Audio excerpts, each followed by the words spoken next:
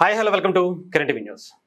మొన్న జరిగినటువంటి sun Risers CSK మ్యాచ్కి చాలామంది ఒక నిజంగా చెప్పాలంటే ఫ్యాన్స్ అందరూ కూడా హైదరాబాద్లోనే మొత్తం దిగిపోయినట్టుగా అనిపించింది.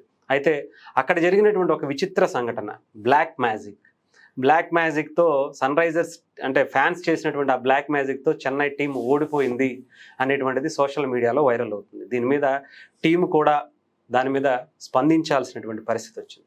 దీని మీద మాట్లాడేందుకు మనతో పాటు సీనియర్ జర్నలిస్ట్ కిరణ్ గారు ఉన్నారు. నమస్తే. ఇది అంటే సరదాగా తీసుకోవాలా సీరియస్గా తీసుకోవాలో తెలీదు. ఒక క్రికెట్ మ్యాచ్కి ఇంత పిచ్చి అభిమానులు ఉంటారని మనకు తెలుసు మన ఇండియాలో. బట్ ఇలా ఒక బ్లాక్ మ్యాజిక్ చేసి చెన్నై టీంని ఓడగొట్టేశారు అనే ఒక వీడియో వైరల్ అవుతుంది. దాని మీద బీసీసీఐకి చెన్నై టీం లెటర్ రాసిందని, దాని మీద మళ్ళీ చెన్నై టీం మళ్ళీ క్లారిఫై అవ్వటం ఏంటన్న అసలు? అంటే ఎవరో ఒక ఫ్యాన్ చేసిన అల్లరి పని అని చెప్పాలి మనం. సో అతను కూడా ఫన్ జనరేట్ చేయడం కోసం చేశాడని నేను అనుకుంటున్నా.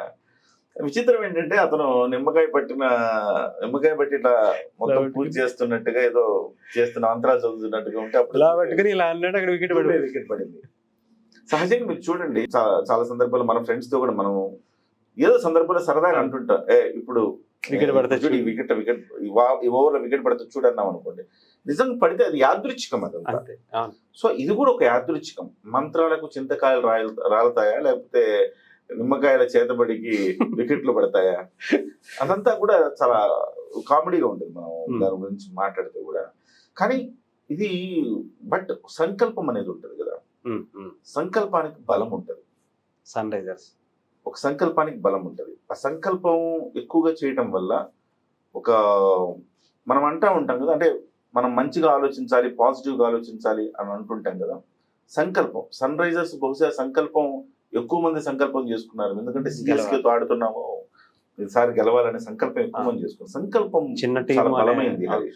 మీరు ఒక సంకల్పం చేసుకోండి, ఇవాళ కాకపోతే రేపు కాకపోతే ఎల్లుండి, కానీ బలమైన నిజాయితీ న్యాయమైన సంకల్పమై ఉండాలి.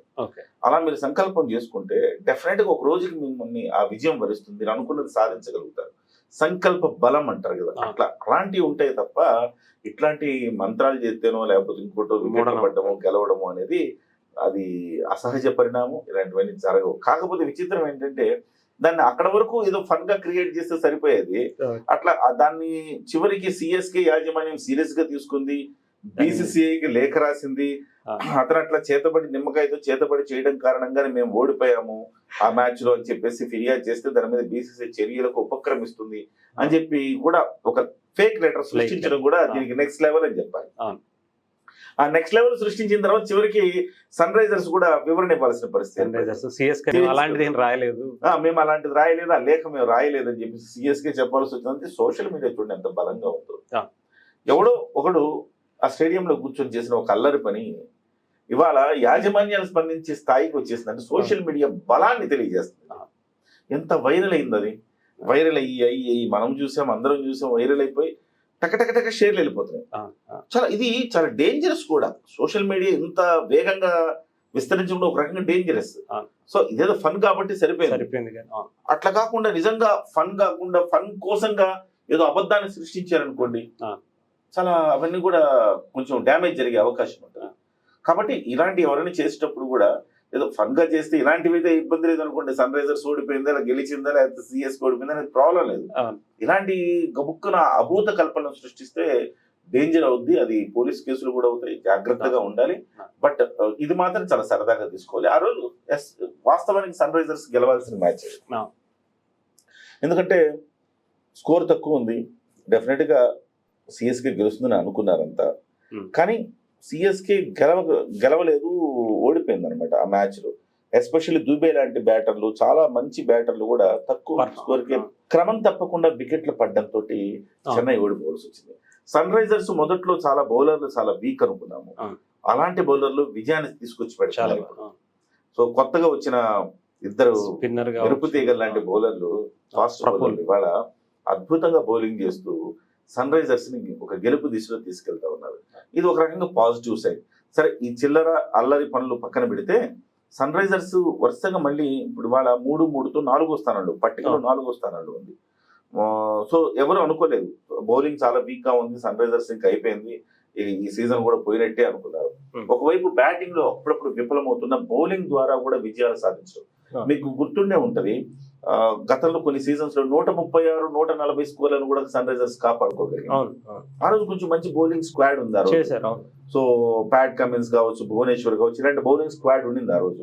ఇప్పుడు అంత బౌలింగ్ స్క్వాడ్ లేదు ఇవాళ. సో పేరెంట్ గా గల బౌలర్లు లేరు ఇవాళ. సో ఈవెన్ దో ఇవాళ సన్ రైజర్స్ విజయం సాధిస్తుందంటే ఖచ్చితంగా టీమ్ ఎఫర్ట్ అని చెప్పాలి. ఎక్కడో ఒక పాజిటివ్ ఎనర్జీ బూస్ట్ అయింది వాళ్ళకి. వరుణ్ అరోన్ లాంటి ఒక మంచి బౌలింగ్ కోచ్ వాళ్ళకి దొరికాడు. మట్టిలో మాణిక్యాల్ని సాధన చేసి మెరుపు వచ్చేలాగా చేసి వాళ్ళని జట్టులో ప్రవేశపెడతా ఉన్నాడు. సో తద్వారా అంటే ఒక ఎక్సర్సైజ్ అయితే బలంగా జరిగిందని చెప్పాలి సన్ రైజర్స్. సో ఆ ఎక్సర్సైజ్ జరగడం వల్ల ఇవాళ కొత్త బౌలర్లు విజయాలు సాధిస్తారు. రేపు పొద్దున మనం ఆ ప్రఫుల్ లాంటోడు, తర్వాత ఇంకొక అబ్బాయి ముస్లిం కుర్రాడు, వీళ్ళు జాతీయ జట్టులోకి వచ్చినా మనం ఆశ్చర్యపోవచ్చు. అంత పర్ఫెక్ట్ గా బౌలింగ్ చేస్తారు. లాస్ట్ లో మీరు చూడండి, ఆ ప్రఫుల్ వేసిన ఓవర్ చూడండి, మొన్న అద్భుతమైన ఓవర్. ఒక దశలో గెలుపు దోపూచులాడింది. ఓడిపోతారా గెలుస్తారు, ఓడిపోతారా గెలుస్తారు. ఆ సమయంలో నో బేసాడు ఒకటి. నో బేసినప్పుడు చేతులారా మ్యాచ్ పోతుంది అనుకున్నారు. తర్వాత 3 బాల్ కంట్రోల్ చేశాడు. సో అట్లా గెలవాల్సిన మ్యాచ్ సిఎస్కే ఓడిపోయేసరికి వీటన్నిటికీ అంత ఉత్కంఠభరితంగా మ్యాచ్ జరగడంతో ఇలాంటి అల్లరి చిల్లర పనులు కూడా ఇవాళ మొత్తం ఫేమస్ అయిపోయి, అదే కనుక సన్ రైజర్ సిఎస్కే కనుక ముందే ఆల్అౌట్ అయిపోయి ఉంటే ఇంత మాట్లాడుకునే వాళ్ళు కదా దాని గురించి. సో ఇంత టైట్ ఫైట్ కదా, ఈ మ్యాజిక్ ఏమైనా పని చేసిందో కొంతమంది సరదాగా ట్వీట్ చేస్తున్నారు. ఏదో కొంచెం జాగ్రత్తగా ఉండాల్సిన అవసరం ఉంది ఇలాంటి వాటి. రైట్ అండి. ఏదైనా కానీ ఒక వైరల్ అయినటువంటి వీడియో ఇప్పుడు 2 టీంల మధ్య కాదు, మొత్తం భారతదేశ వ్యాప్తంగా అంటే ప్రపంచ క్రికెట్లో ఒక్కింత ఆశ్చర్యానికి గురి చేసిందని చెప్పాలి. బ్లాక్ మ్యాజిక్ ఒక్కసారిగా మళ్ళీ చెన్నైని ఓడించింది అనేటువంటి మాట వైరల్ అయింది. సో దీని మీద మనం సరదాగానే తీసుకోవాలి తప్ప సీరియస్గా తీసుకోవాల్సిన అవసరం లేదనేది మన కిరణ్ గారు చెప్పినట్టు.